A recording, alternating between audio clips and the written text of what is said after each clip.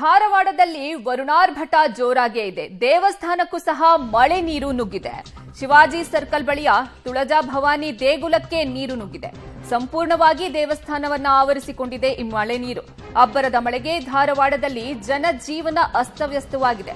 ದೈವಜ್ಞ ಮಂಗಲ ಕಾರ್ಯಾಲಯ ಎದುರು ರಸ್ತೆಯಲ್ಲೂ ಸಹ ನೀರು ನಿಂತಿದೆ. ರಸ್ತೆಯಲ್ಲಿ ಮಳೆ ನೀರು ನಿಂತ ಪರಿಣಾಮ ವಾಹನ ಸವಾರರು ಪರದಾಡುವಂತಹ ಪರಿಸ್ಥಿತಿ ನಿರ್ಮಾಣವಾಗಿದೆ.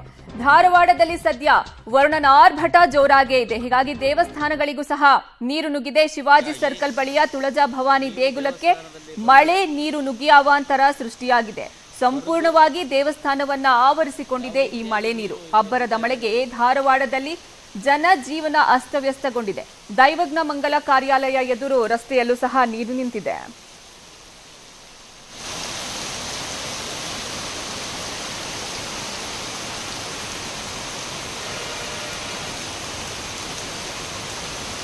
ದೇವಸ್ಥಾನ ಹೋಗಿ ನದಿಯಾಗಿದೆ.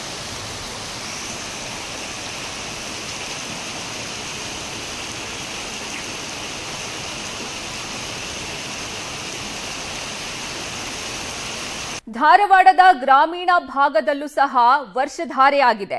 ಹುಬ್ಬಳ್ಳಿ ಕುಂದಗೋಳ ತಾಲೂಕಿನಲ್ಲಿ ಭರ್ಜರಿ ಮಳೆ ಸುರಿದಿದೆ. ಗುಡೇನಕಟ್ಟಿ ಗ್ರಾಮದಲ್ಲಿ ಭಾರೀ ಮಳೆಯಾಗಿದೆ.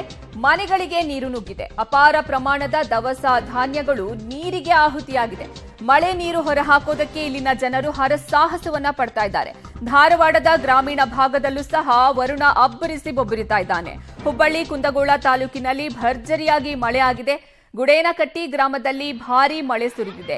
ಮನೆಗೆ ಮಳೆ ನೀರು ನುಗ್ಗಿದೆ. ಅಪಾರ ಪ್ರಮಾಣದ ದವಸ ಧಾನ್ಯಗಳು ನೀರಿಗೆ ಕೊಚ್ಚಿಕೊಂಡು ಹೋಗಿದೆ. ಮಳೆ ನೀರು ಹೊರಹಾಕೋಕೆ ಅಲ್ಲಿನ ಜನರು ಹರಸಾಹಸವನ್ನ ಪಡ್ತಾ ಇದ್ದಾರೆ. ಮಳೆಯಿಂದ ಪರದಾಡುವಂತೆ ಆಗಿದೆ ಇಲ್ಲಿನ ಸ್ಥಳೀಯರು. ಧಾರವಾಡದ ಗ್ರಾಮೀಣ ಭಾಗದಲ್ಲೂ ಸಹ ಮಳೆಯ ಆರ್ಭಟ ಮುಂದುವರೆದಿದೆ. ಹುಬ್ಬಳ್ಳಿ ಕುಂದಗೋಳ ತಾಲೂಕಿನಲ್ಲಿ ಭರ್ಜರಿಯಾಗಿ ಮಳೆ ಸುರಿದಿದೆ. ಹೀಗಾಗಿ ಅಲ್ಲಿನ ಜನರು ಮಳೆ ನೀರನ್ನ ಹೊರಹಾಕೋಕೆ ಹರಸಾಹಸವನ್ನ ಪಡ್ತಿದ್ದಾರೆ.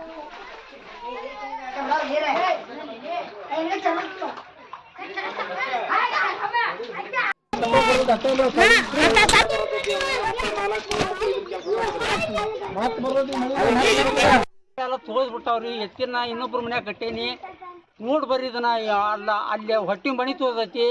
ಒಳಗೆಲ್ಲ ಎಲ್ಲ ಖುಷಿ ಬಿದ್ದು ಇಷ್ಟು ಕಾಳೆಲ್ಲ ಬಾಸ್ ಆಗಿಬಿಟ್ಟಾವು. ಏನ್ ಮಾಡೋಕ್ರಿ ಇದಕ್ಕೆ? ಅಲ್ಲ ಅವ್ರು ಹೇಳಕತ್ತಿ ಈಗ 4 ತಿಂಗಳು ಆತ್ರಿ. ಅವ್ರು ಏನ ಅದಕ್ಕೆ ಏನ್ ಕ್ರಮ ತಗೊಂಡೇ ಇಲ್ಲ. ಏನ್